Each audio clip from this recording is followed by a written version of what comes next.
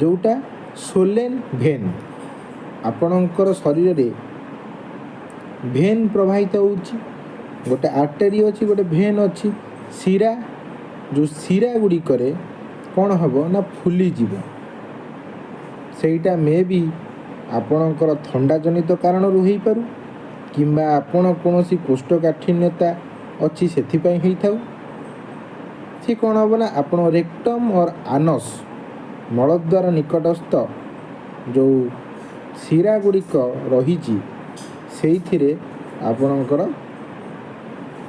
Fully जीवा कारणरू आपण को पाइल्स होता है।